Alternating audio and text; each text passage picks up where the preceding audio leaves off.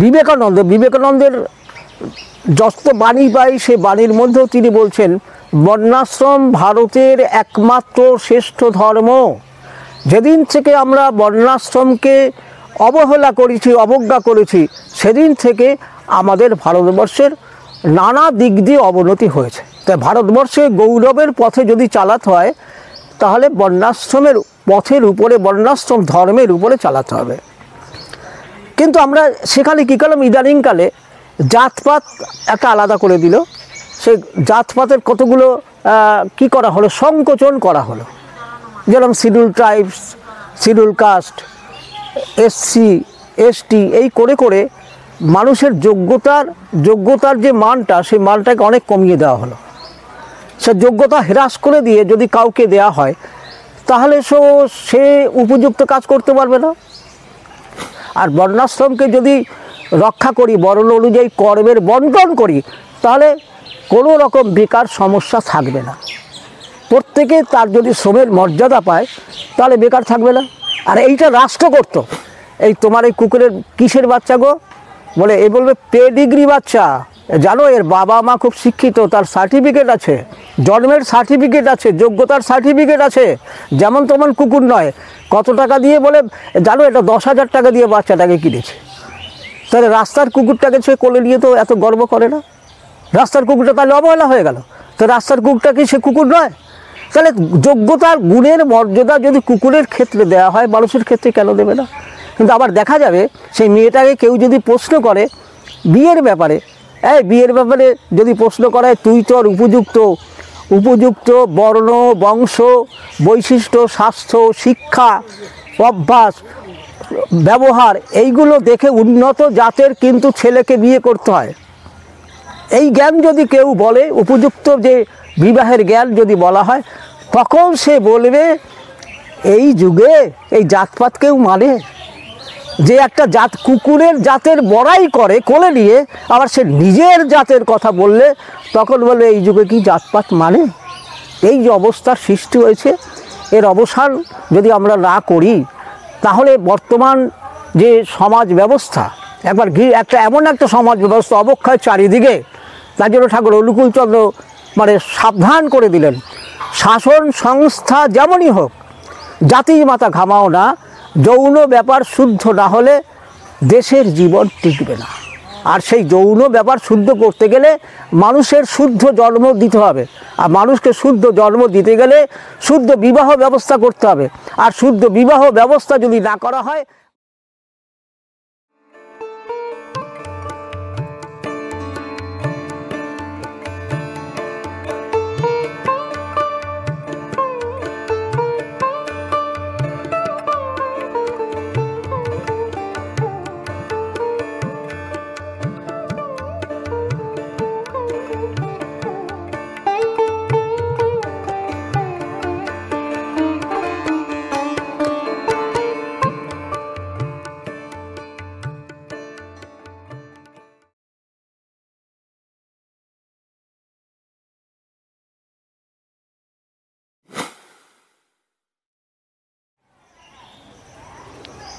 আমরা আজকে প্রাকৃতিক পরিবেশের ভিতরে চলে এসেছি। একটা গাছতলায় বসে আছি, সেটা ষষ্ঠীতলা। আর জায়গাটার নাম হচ্ছে ঘোলগাছি পুরাতন পাড়া। আর ঘোলগাছি পুরাতন পাড়াতে আমরা এসেছি। এখানে অনেক বৈচিত্র্যময় পরিবেশ দেখলাম, অনেক গাছ দেখলাম, অনেক বনজ ঔষধ দেখলাম। এত বিচিত্র যে একটা গাছের অনেক রকম প্রজাতি আছে, অস্বীকার করা যাবে না। তো এই যে আমের সময়, এখানে আমবাগান ভর্তি, আমবাগান। এখানে হিমসাগর, ল্যাংড়া, পেয়ারা ফুলি, নানা ধরনের গাছের পরিচয় আমরা পাই, নানা ধরনের জাতের পরিচয় পাই। কিন্তু এমন কোনো মানুষ আছেন যে আম কিনতে গিয়ে কোনো জাতফাত কিছু দেখবেন না? সে গিয়ে বলবে ঠিক আছে আম দিন, আম নিয়ে চলে আসবে। সে টক হোক, মিষ্টি হোক, কোনো রকমভাবে তার যে গুণ, সে গুণগত মান, সেটা না দেখে কেউ আম কেনে না। তাই প্রতিটি এই যে সমস্ত সৃষ্টি, সমগ্র সৃষ্টির মধ্যে একটা মৌলিক কতগুলো বর্ণ আছে। তো এখন এই আমের সিজনে প্রচুর পরিমাণে আম আছে, তাহলে জাত আছে, বর্ণ আছে, গোত্র আছে, সব দেখে কিন্তু কিনি এবং প্রাকৃতিকভাবে তার মূল্যায়ন আমরা করে থাকি। কদিন আগে দেখছিলাম একটা মিলিটারির ভিডিও। মিলিটারিতে যে ট্রেনিং দেওয়া হয়, সেই ট্রেনিংয়ের জন্য কতগুলো মানে ডিগ্রিড ডগ, কুকুরদের ট্রেনিং দিচ্ছে। তাদের নানা ধরনের করে নানা কসরত করাচ্ছে এবং কিভাবে শত্রুদের মোকাবিলা করতে হবে সেই শিক্ষা দিচ্ছে। শুধু মিলিটারি বিভাগে নয়, পুলিশ বিভাগেও আছে, তাদের ডগ স্কোয়াড আছে। আর সেই ডগ স্কোয়াডে যে ডগগুলো নেওয়া হয়, সেই ডগগুলো কিন্তু একটাও রাস্তা থেকে তুলে নেওয়া হয় না, একটা স্ট্রিট ডগ নেওয়া হবে না কিন্তু। তাহলে স্ট্রিট ডগ তারা যদি এবার আন্দোলন করতো, তারা মানুষের মতো যে আমাদের কেন অধিকার থেকে বঞ্চিত করা হচ্ছে, তারা পারে তো নাকি? তাহলে যে যেমন তেমন, তাহলে স্ট্রিট ডগদের কী করে, কলকাতা অঞ্চলে বেশি স্ট্রিট ডগ হলে তাদের নির্বীজকরণ করা হয়, তাদের যাতে না বাড়তে পারে তার ব্যবস্থা করা হয়। সে ডগ স্কোয়াড আছে, তারা আবার ধরে নিয়ে যায়। তাহলে কি হচ্ছে, তাহলে যে কোনো প্রয়োজনে আমরা গুণের এবং কর্মের মর্যাদা দিই, অবশ্যই প্রয়োজন। তাহলে গুণ অনুযায়ী কর্ম হয়, আর কর্ম অনুযায়ী জ্ঞান হয়।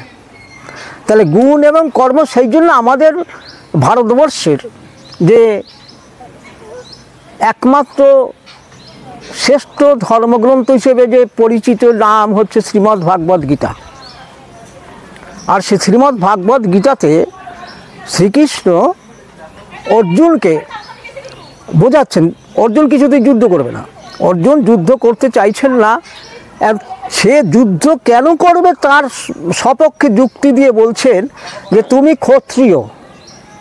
তুমি ক্ষত্রিয় ঘরে জন্মগ্রহণ করেছো, তোমাকে সেই গুণ এবং কর্ম অনুযায়ী তোমার ধর্ম পালন করতে হবে।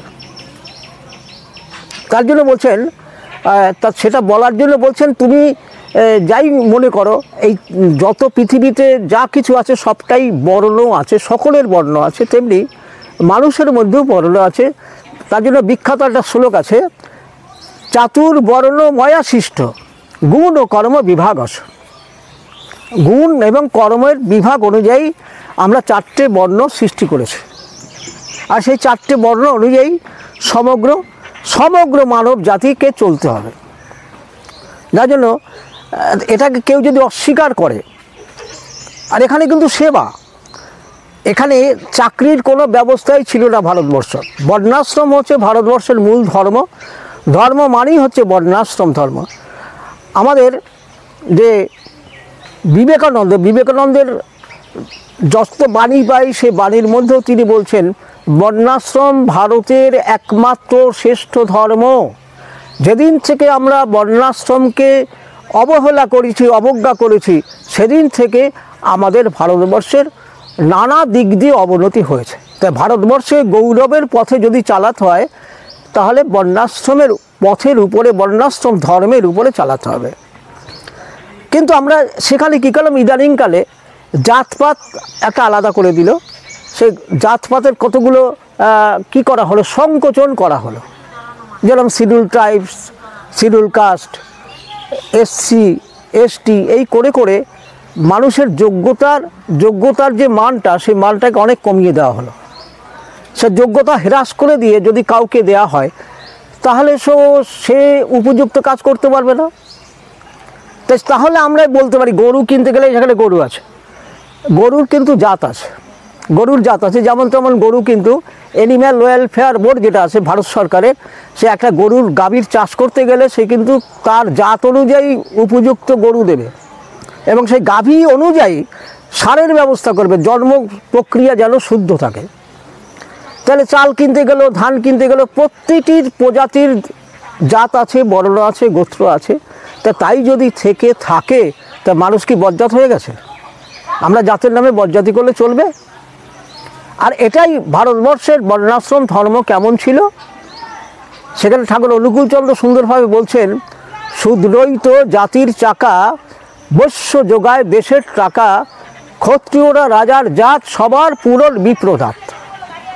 তাহলে কীরকমভাবে বললেন যে আমাদের দেহের সঙ্গে, আমাদের বেদ এই বর্ণাশ্রমটাকে দেহের সাথে তুলনা করেছে। এই দেহটাকে পরিচালনা করে কে? দেহটাকে যখন চালিয়ে নিয়ে বেড়ায় সে হচ্ছে পদযুগল। সে পদযুগল হচ্ছে শূদ্র বর্ণের প্রতীক।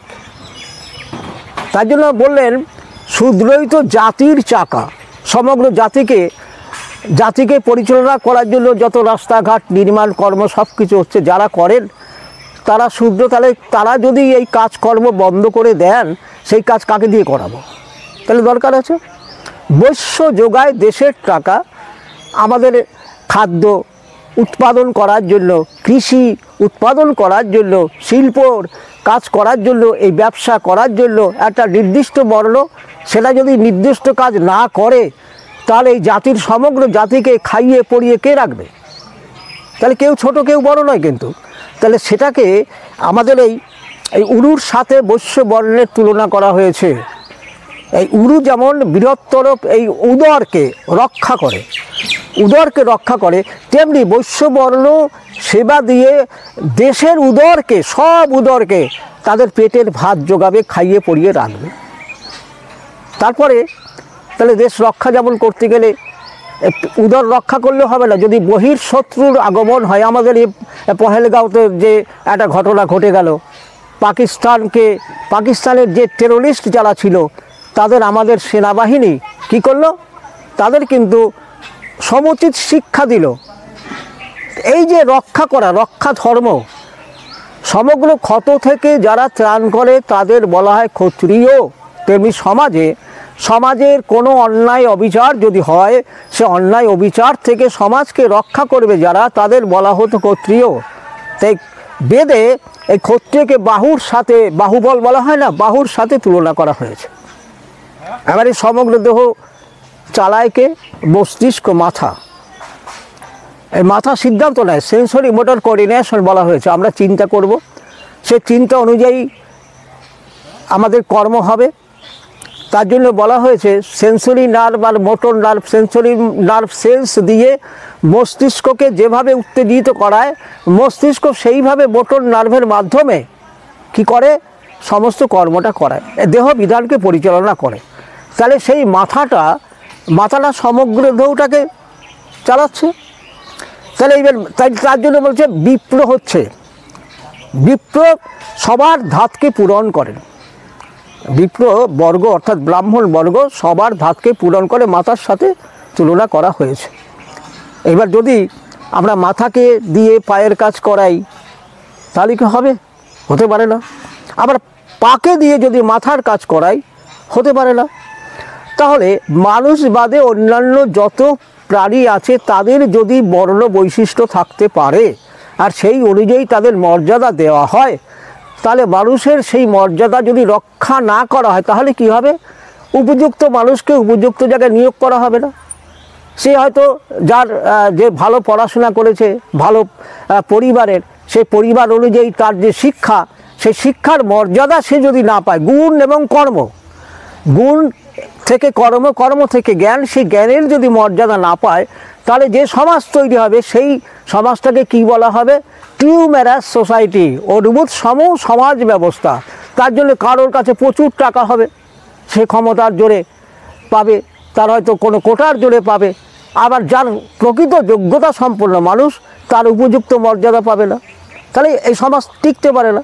কিন্তু মানুষ বাদে অন্যান্য যা কিছু আছে সকলের কিন্তু সমাজ সেইভাবে গুরুত্ব দেওয়া হয়। রাস্তার কুকুরকে দিয়ে কিন্তু পুলিশ বিভাগে নিয়ে যাওয়া হয় না, মিলিটারিতে নেওয়া যায় না। তার জন্য একটা কি করতে টেন্ডার দেয়, টেন্ডার দিয়ে উপযুক্ত কুকুরের পেডিগ্রি, বাবাকে ছিল, মাকে ছিল, তার কি যোগ্যতা আছে সমগ্র টেস্ট করার পরে তার ট্রেনার রেখে তাকে ট্রেনিং দিয়ে কাজে লাগানো হয়। তাহলে কুকুরের জন্য যদি এই ব্যবস্থা থাকতে পারে, যেমন তার জন্মগত যে ঐতিহ্য, সেই ঐতিহ্যকে রক্ষা করার জন্য সরকার যদি ব্যবস্থা করতে পারে, তাহলে মানুষের জন্য কেন করবে না? তার জন্য আমাদের শ্রীমদ্ ভাগবত গীতাতে বলা হয়েছে দৈবাসুর সম্পদ বিভাগ যোগ, মানে মানুষের মধ্যে দৈবগুণ যেমন আছে অসুর গুণও আছে। তাই দৈবগুণ সম্পন্ন মানুষ তাদের যদি পোষণ না দেওয়া হয় আর অসুর গুণ সম্পন্ন মানুষকে যদি পুষ্ট করা হয়, তাহলে আজকে সমাজের যে অবস্থা সে অবস্থা কিন্তু অবক্ষয়ের দিকে ক্রমান্বয়ে চলতে থাকবে।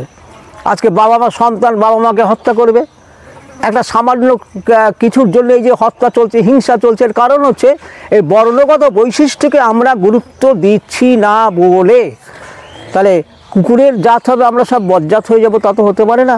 কুকুরের বাচ্চা কিনতে গিয়ে মানে আজকে বর্তমান সমাজ ব্যবস্থায় এত একটা অবস্থা দাঁড়িয়েছে, একটি আধুনিকা মেয়ে সে হয়তো খুব ল্যাবরেটরি একটা কুকুরের বাচ্চা কোলে নিয়ে, খুব উন্নত জাতের পেডিগ্রি কুকুরের বাচ্চা কোলে নিয়ে কেউ যদি জিজ্ঞেস করে এই তোমার এই কুকুরের কিসের বাচ্চা গো, বলে এ বলবে পেডিগ্রি বাচ্চা। জানো এর বাবা মা খুব শিক্ষিত, তার সার্টিফিকেট আছে, জন্মের সার্টিফিকেট আছে, যোগ্যতার সার্টিফিকেট আছে, যেমন তেমন কুকুর নয়। কত টাকা দিয়ে বলে জানো, এটা 10,000 টাকা দিয়ে বাচ্চাটাকে কিনেছে। তাহলে রাস্তার কুকুরটাকে সে কোলে নিয়ে তো এত গর্ব করে না, রাস্তার কুকুরটা তাহলে অবহেলা হয়ে গেল। তো রাস্তার কুকুরটা কি সে কুকুর নয়? তাহলে যোগ্যতার গুণের মর্যাদা যদি কুকুরের ক্ষেত্রে দেওয়া হয়, মানুষের ক্ষেত্রে কেন দেবে না? কিন্তু আবার দেখা যাবে সেই মেয়েটাকে কেউ যদি প্রশ্ন করে বিয়ের ব্যাপারে, বিয়ের ব্যাপারে যদি প্রশ্ন করে তুই তোর উপযুক্ত বর্ণ বংশ বৈশিষ্ট্য স্বাস্থ্য শিক্ষা অভ্যাস ব্যবহার এইগুলো দেখে উন্নত জাতের কিন্তু ছেলেকে বিয়ে করতে হয়। এই জ্ঞান যদি কেউ বলে, উপযুক্ত যে বিবাহের জ্ঞান যদি বলা হয়, তখন সে বলবে এই যুগে এই জাতপাত কেউ মানে? যে একটা জাত কুকুরের জাতের বড়াই করে কোলে নিয়ে, আবার সে নিজের জাতের কথা বললে তখন বলবে এই যুগে কি জাতপাত মানে? এই যে অবস্থার সৃষ্টি হয়েছে, এর অবসান যদি আমরা না করি, তাহলে বর্তমান যে সমাজ ব্যবস্থা একটা এমন একটা সমাজ ব্যবস্থা অবক্ষয় চারিদিকে। তার জন্য ঠাকুর অনুকূলচন্দ্র মানে সাবধান করে দিলেন, শাসন সংস্থা যেমনই হোক জাতি মাতা ঘামাও না, যৌন ব্যাপার শুদ্ধ না হলে দেশের জীবন টিকবে না।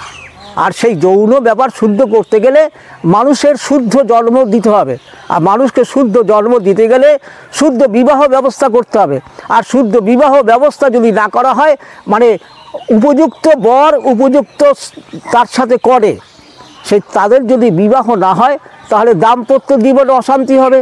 আর দাম্পত্য জীবনে অশান্তি হলে কি হবে? একটা ডিভোর্স চলবে। তাইলে বাবার আর মা সন্তানকে জন্ম দেওয়ার পর সেই সন্তান যদি পিতৃস্নেহ মাতৃস্নেহ থেকে বঞ্চিত হয়, তাহলে কি অবস্থা হতে পারে? এই যে অবস্থা চলছে, মানে সমগ্র বিশ্বজুড়ে বড় বড় শহরে শিক্ষিত সমাজ সেগুলো করছে। তার জন্য আমাদের এই বিবাহ ব্যবস্থার উপরে এত সুন্দর একটা গুরুত্ব দিতে হবে, যে গুরুত্ব দিয়ে একটা ভালো মানুষ মানে স্বামী আর স্ত্রী মিলে একটা সুন্দর একটা জন্ম দেবে, যেটাকে বলা হয় শুদ্ধ আত্মার জন্ম দেবে। আর সেই শিক্ষা যদি আমরা দিতে পারি, তাহলে বর্ণাশ্রমকে রক্ষা করতে হবে। আর বর্ণাশ্রমকে যদি রক্ষা করি, বর্ণ অনুযায়ী কর্মের বন্টন করি, তাহলে কোনো রকম বেকার সমস্যা থাকবে না। প্রত্যেকে তার যদি শ্রমের মর্যাদা পায়, তাহলে বেকার থাকবে না। আর এইটা রাষ্ট্র করতো। ভারতবর্ষে একসময় গুপ্ত সাম্রাজ্য এই রাষ্ট্র ব্যবস্থা ছিল। ভারতবর্ষে আমরা যে কৌটিল্যের অর্থশাস্ত্র পাই, সেখানেও এই ব্যবস্থা ছিল। ভারতবর্ষের জনক রাজা মিথিলার জনক রাজা, তাদের এই সমস্ত ব্যবস্থা এরকমই ছিল, বর্ণাশ্রমগুলো প্রতিষ্ঠিত।